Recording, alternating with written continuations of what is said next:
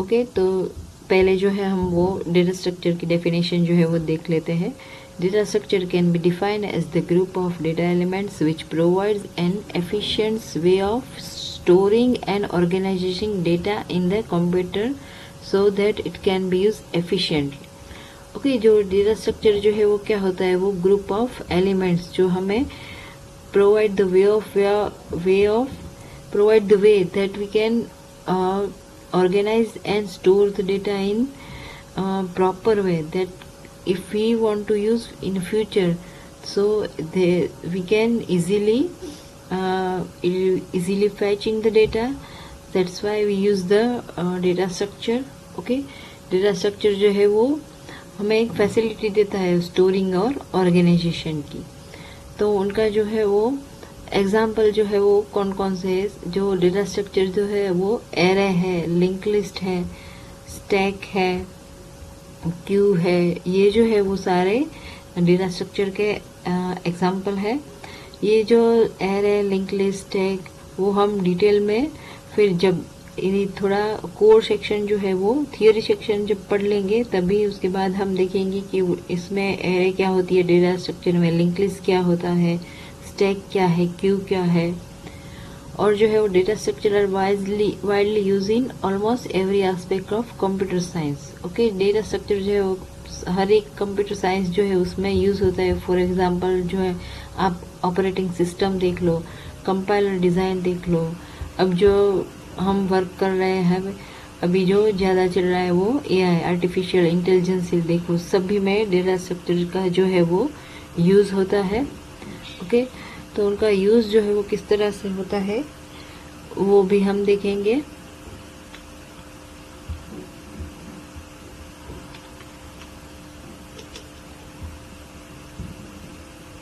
उनकी basic terminology जो है वो क्या है, तो उसमें फर्स्ट जो है वो बेसिक टर्मिनोलॉजी में फर्स्ट जो टर्म है वो है डेटा। जो भी डेटा जो है वो हम किसे कहते हैं। ओके, तो यहाँ पे मैंने एक एग्जांपल भी लिया है और साथ ही साथ हम पहले समझ भी लेते हैं। Data can be defined as a elementary of value और the collection of value. Okay, जो कलेक्शन ऑफ वैल्यू मीन्स हम कोई भी चाहे जो नंबर ले ले, चाहे कोई भी नेम ले ले, वो सारा जो है कंप्यूटर के लिए वो एक डेटा बन गया है। ओके, फॉर एग्जाम्पल यहाँ पे students name and it's ID are the data about the student. Means कि यहाँ पे जो हमें स्टूडेंट जो हम नेम एंटर करते हैं, उनका आईडी एंटर करते हैं, तो वो हो गया एक स्टूडेंट का रिकॉर्ड। ओके, इसी तरह यहाँ पे आप कोई एम्प्लॉय का भी एग्जांपल ले सकते हैं कि कोई जो फैक्ट्री होती है उसमें हर एक एम्प्लॉय का आईडी होता है, एम्प्लॉय का नाम होता है। तो ये जो है वो हो गया सारा एम्प्लॉय का डेटा। सेकेंड टर्म जो है वो group of items. Data structure में जो है वो ग्रुप ऑफ आइटम जो है वो क्या होता है, that means data item which have two subordinate data item are called group of item. For example name of the student, can we have the first name and last name, तो ये जो हो गया है वो ग्रुप ऑफ आइटम। इसी तरह मैंने यहाँ पे आपको जो एग्जांपल दिया था कि एक फैक्ट्री का एग्जांपल आप ले लो, तो उसमें यहाँ पे आप देख सकते हो कि हम कोई फैक्ट्री का एग्जांपल ले तो उसमें एम्प्लॉय होता है, तो हर एक एम्प्लॉय का फर्स्ट नेम होगा, उसका लास्ट नेम होगा। तो ये जो हो गया ये हो गया ग्रुप ऑफ आइटम। तो उनका भी टर्म, ये जो टर्म जो है वो भी डेटा स्ट्रक्चर जो है उसमें बहुत ज़रूरी है समझना कि वो ग्रुप ऑफ आइटम क्या होती है। ओके, उसके बाद जो है वो रिकॉर्ड। तो record can be defined as the collection of various data item. For example, if we talk about the student entity, then its name, address, course, mark can be grouped together to form the record for the student.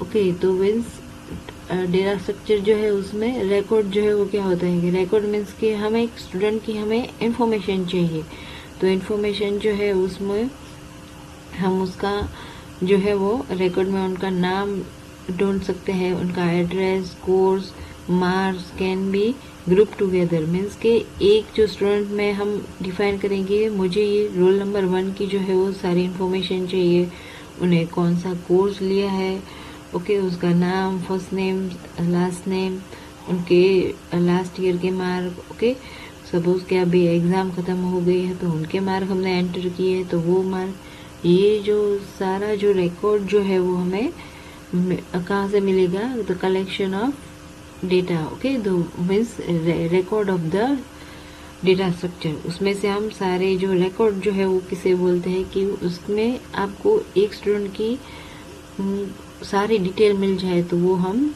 उसे हम बोलेंगे record, okay. फिर यहाँ पे file, okay, दूसरी जो उनकी term जो है वो फाइल। तो फाइल जो है वो क्या होती है? File is a collection of various record of one type of entity. एक ही टाइप की एंटिटी मीन्स रिकॉर्ड। ये जो होता फाइल जो है वो क्या होती है कि one type of entity means record. एक टाइप के आपको सारे रिकॉर्ड्स जो है वो यहाँ पे मिल जाएंगे। If there are 60 employ in the class, then there will be 20 record in the related file where each record contain data about each employee।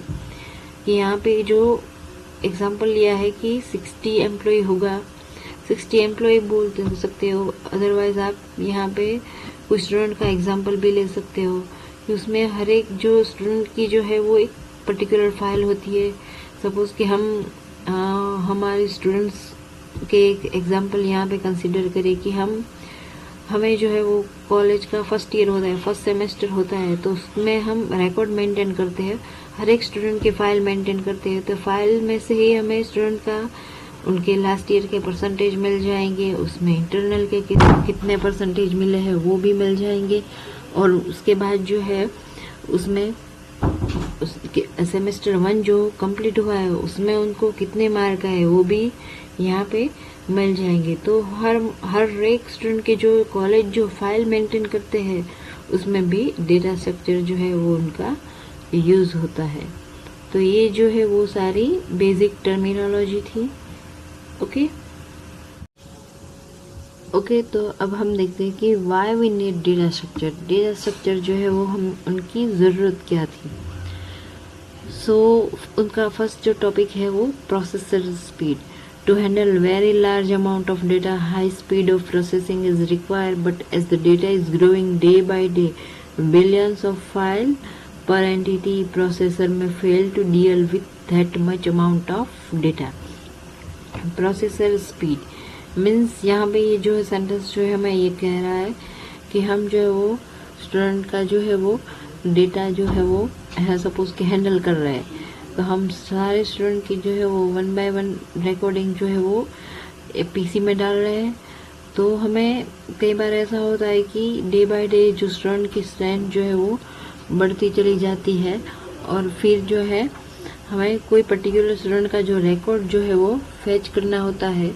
तो उनके लिए हम क्या करेंगे, तो उनके लिए जो है हम डेटा जो है वो पर्टिकुलर स्टूडेंट का जो है नाम एंटर करेंगे, फिर उनका सरनेम एंटर करेंगे, और कंप्यूटर जो है वो हमें फाइंड करके देगा। तो उसमें क्या है कि टाइम जो है वो टाइम बढ़ जाएगा, टाइम कंज्यूमिंग होगा।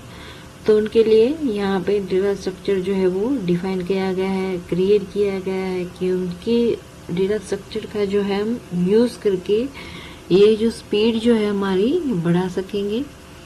सेकेंड जो है वो डेटा सर्च। कंसिडर, यहाँ पे भी मैंने एक एग्जांपल कंसिडर किया है। Consider N inventory size of 106 inventory means stock. उनकी जो साइज जो है वो 106 मीन्स उनमें से डिफरेंट टाइप्स की 106 आइटम है। If your application need to search the particular item, it need to traverse the 106 item every time. Result is slowing down in the search process.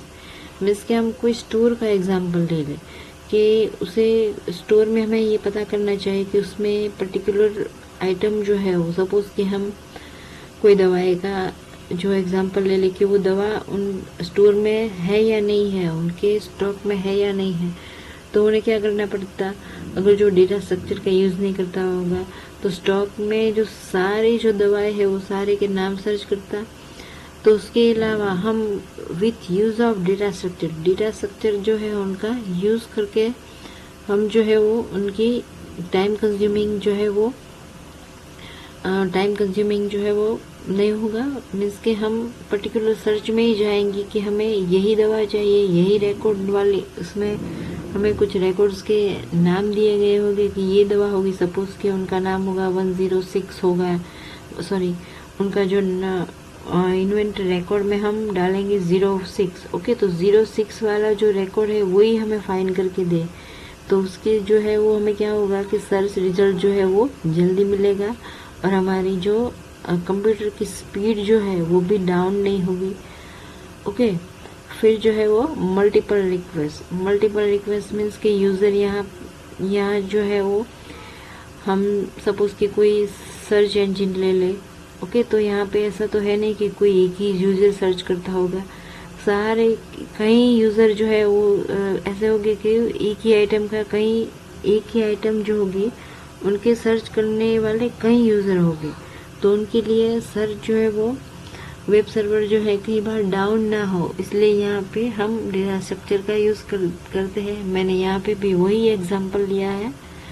और in order to solve the above problem means ये जो सारी जो problems जो create होती है उन सारे कोई प्रॉब्लम को सर्च करने के लिए हमें डेटा स्ट्रक्चर जो है उनकी ज़रूरत पड़ती है। ओके, अब हमारा तो आज की इस वीडियो में मैंने यहाँ पे हमने जो है वो डेटा स्ट्रक्चर क्या है वो बताया, उनकी बेसिक टर्मिनोलॉजी है वो क्या वो भी बता दिया, और why we need data structure वो भी बता दिया।